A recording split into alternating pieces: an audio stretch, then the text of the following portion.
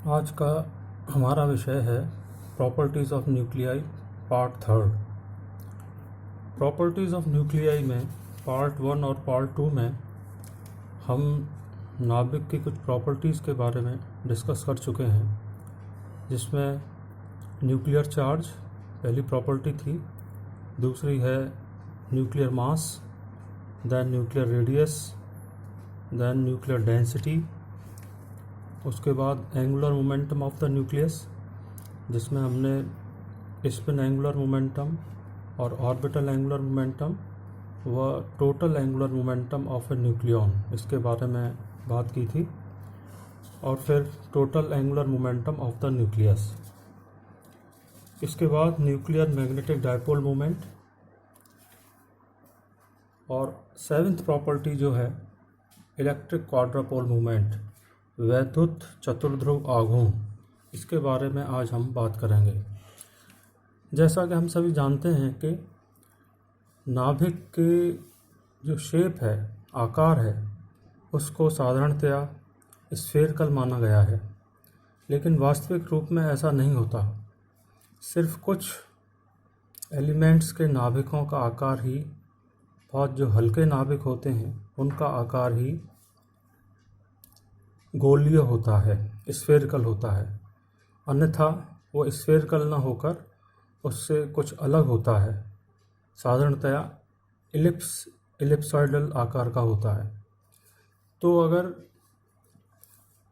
किसी भी नाभिक का आकार उसके स्फेरिकल सिमेट्री से जितना विचलित होगा, डेविएट होगा, उसी को हम उसका इलेक्ट्रिक क्वाड्रापोल मूवमेंट कहते हैं। What is electric quadrupole movement? It measures the departure of a nucleus from spherical symmetry. कोई भी नाभिक अपनी स्फेरिकल सिमेट्री से कितना डिविएट हो रहा है, कितना अलग है, ये हम इलेक्ट्रिक क्वाड्रापोल मूवमेंट्स की वैल्यू से जान सकते हैं। यदि Q की वैल्यू ज़ीरो है, क्वाड्रापोल मूवमेंट की वैल्यू ज़ीरो है, तो इसका मतलब है कि नाभिक के अंदर जो चार्ज डिस्ट्रीब्यूशन है, अर्थात न्यूट्रॉन और प्रोटॉन का जो डिस्ट्रीब्यूशन है, वो स्फेरिकली सिमेट्रिक है, यानी नाभिक का आकार बिल्कुल एक गोले जैसा, स्फीयर जैसा होगा।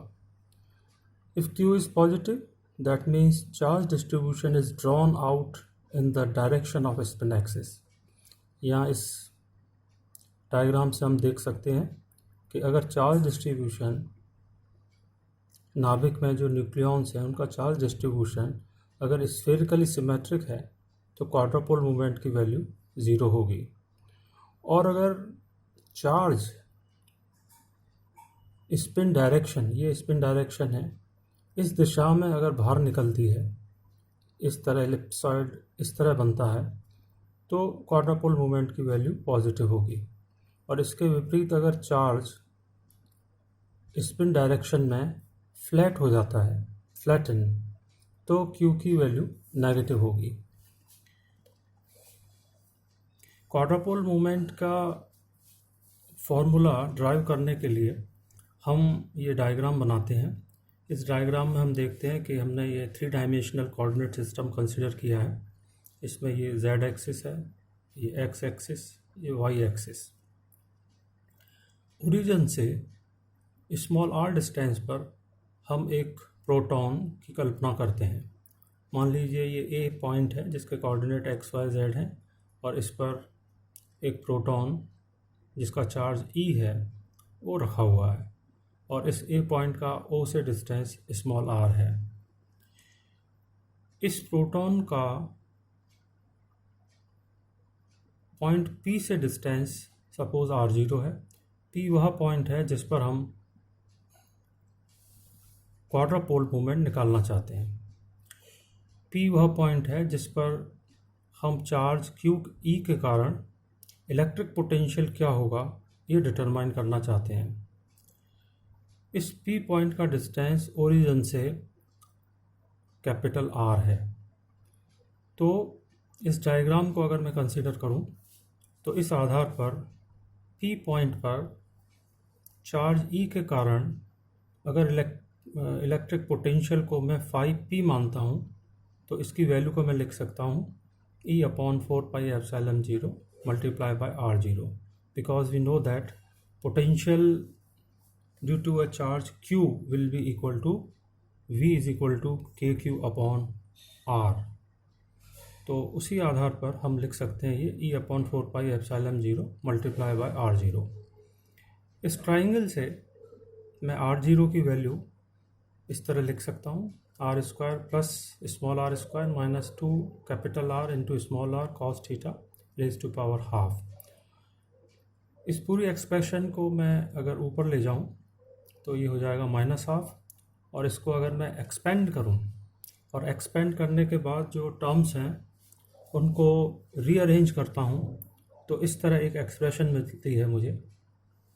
ये देखिए, जो कि यहाँ पर मैं ऑब्ज़र्व कर रहा हूँ कि पहली जो टर्म है वो E/r का कोफिशिएंट 1/r का कोफिशिएंट, दूसरी टर्म है 1/r स्क्वायर का कोफिशिएंट, तीसरी टर्म 1/r क्यूब का coefficient, fourth term 1/r raise to power 4 का कोफिशिएंट, प्लस और इस तरह आगे मुझे बहुत सारी टर्म्स मिलेंगी।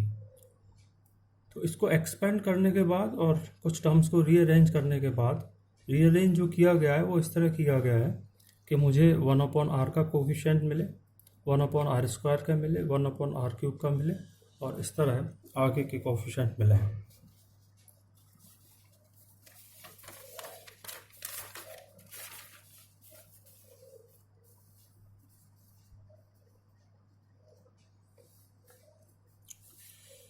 इसमें जो 1/r का कोफिशिएंट है उसको हम कहते हैं मोनोपोल मोमेंट।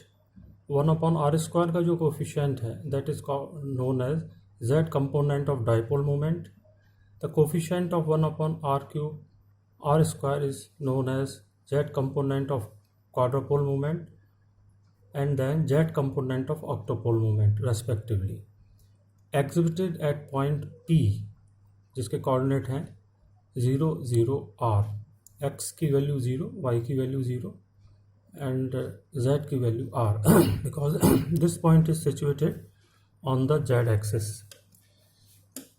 उसी डायग्राम से मैं देखता हूँ कि cos थीटा की वैल्यू z/r है, और cos थीटा की वैल्यू अगर मैं z/r पुट करूँ 1/r क्यूब के कोफिशिएंट में, then I will get half e 3z square minus r square, and I'm denoting this term by small q,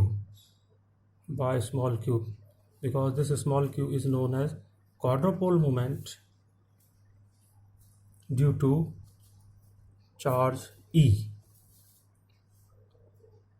अब सपोज मैं ये कल्पना करूं कि एक प्रोटॉन जेड एक्सिस पर ओरिजिन से r डिस्टेंस पर रखा हुआ है, तो उस केस में z will be equal to small r will be equal to capital R and coordinates x and y will be equal to 0। Then from equation 1 ये वैल्यूज़ अगर मैं इक्वेशन 1 में रखता हूँ, then I will get small q is equal to ER square. इसी तरह अगर मैं एक प्रोटॉन y एक्सिस पर ओरिजिन से r डिस्टेंस पर कंसीडर करूं, तो उस केस में z कोऑर्डिनेट की वैल्यू 0 होगी और डिस्टेंस स्मॉल r की वैल्यू r होगी। ये सब्स्टिट्यूशन जब मैं इस इक्वेशन 1 में रखता हूं, then I will get q is equal to -12 ER square. इसी तरह अगर मैं 6 प्रोटॉन्स की कल्पना करूं जो कि ओरिजिन से कैपिटल R डिस्टेंस पर पॉजिटिव x एक्सिस पर, नेगेटिव x एक्सिस पर, पॉजिटिव y एक्सिस पर, नेगेटिव y एक्सिस पर, पॉजिटिव z एक्सिस पर और नेगेटिव z एक्सिस पर अगर रखे हुए हैं, तो उन सभी 6 प्रोटॉन्स के कारण क्वाड्रपोल मोमेंट क्या होगा। Due to 2 protons at z is equal to plus minus r, z axis पर जो 2 प्रोटॉन हैं उनके कारण क्वाड्रपोल मूवमेंट होगा। इक्वेशन में अगर 1 को यूज़ करता हूँ तो plus 2ER square due to 2 protons at x axis on x axis at a distance x is equal to plus minus r, quadrupole movement will be, again by using equation 1, it will be 2 into minus half ER square. और इसी तरह दो proton जो y axis पर रखे हुए हैं origin से प्लस माइनस r डिस्टेंस पर क्वाड्रापोल मूवमेंट होगा ये। अब इन सभी क्वाड्रापोल मूवमेंट को अगर मैं ऐड कर दूं तो टोटल क्वाड्रापोल मूवमेंट इन 6 प्रोटॉनों के कारण मिलेगा मुझे। इसको अगर मैं सॉल्व करता हूं तो 0। इसका मतलब ये हुआ कि ये जो 6 प्रोटॉन हैं जो x, y और z एक्सिस पर ओरिजिन के दोनों ओर सेम डिस्टेंस पर रखे हुए हैं, और इसके अगर मैं एक आकार की कल्पना करूं तो ये आकार बिल्कुल स्फीयर जैसा होगा। तो इससे सिद्ध होता है कि अगर चार्ज डिस्ट्रीब्यूशन स्फेरिकल है तो उस केस में क्वाड्रापोल मूवमेंट की वैल्यू 0 होगी। This proves that if the charge distribution in the nucleus is spherically symmetric, quadrupole movement will be 0. Conversely, if quadrupole movement is 0, then the charge distribution in the or the nucleon distribution in the nucleus will be spherically symmetric. आगे चलते हैं हम। तो इसमें हम एक relation निकाल सकते हैं quadrupole movement and ellipticity of the nucleus. एक नाभिक अगर स्फेरिकल नहीं है, उसका आकार अगर इलिप्सॉइड है, तो वो कितना इलिप्टिकल है उसका रिलेशन और उस क्वाड्रापोल मूवमेंट से क्या होगा। तो अगर मैं एक इलिप्स की कल्पना करूं जिसकी सेमी एक्सिस ए और बी है, where a is along z axis and b is perpendicular to z axis, then quadrupole movement can be written as capital Q is equal to 2/5 multiply by z a square minus b square, जहाँ पर Z उस nucleus में protons की संख्या है, तो उस पर चार्ज होगा उस न्यूक्लियस पर plus Z E. Eccentricity of a ellipsoid, as we know, if I represent it by epsilon, then it will be equal to a square minus b square upon a square plus b square. इस केस में जो average of the square of the nuclear radius, जिसको मैं इस तरह represent कर सकता हूँ, that will be equal to a square plus b square upon 2, because it is not sphere. तो न्यूक्लियर रेडियस डिफाइन करने के लिए हम एवरेज लेंगे, सेमी एक्सिस ए के square plus semi axis b का स्क्वायर डिवाइडेड बाय 2, यानी उनका एवरेज। ये वैल्यू अगर मैं यूज़ करता हूँ क्वाड्रापोल मूवमेंट के लिए तो मुझे मिलेगा Q is equal to 4/5 z epsilon r square. Equation 5 is the relation between quadrupole movement and eccentricity. So as we can observe from equation 5, Q is proportional to epsilon, means eccentricity. Larger is the eccentricity means more quadrupole movement.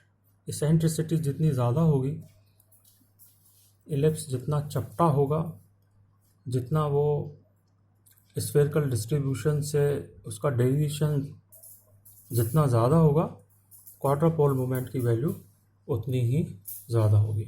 धन्यवाद।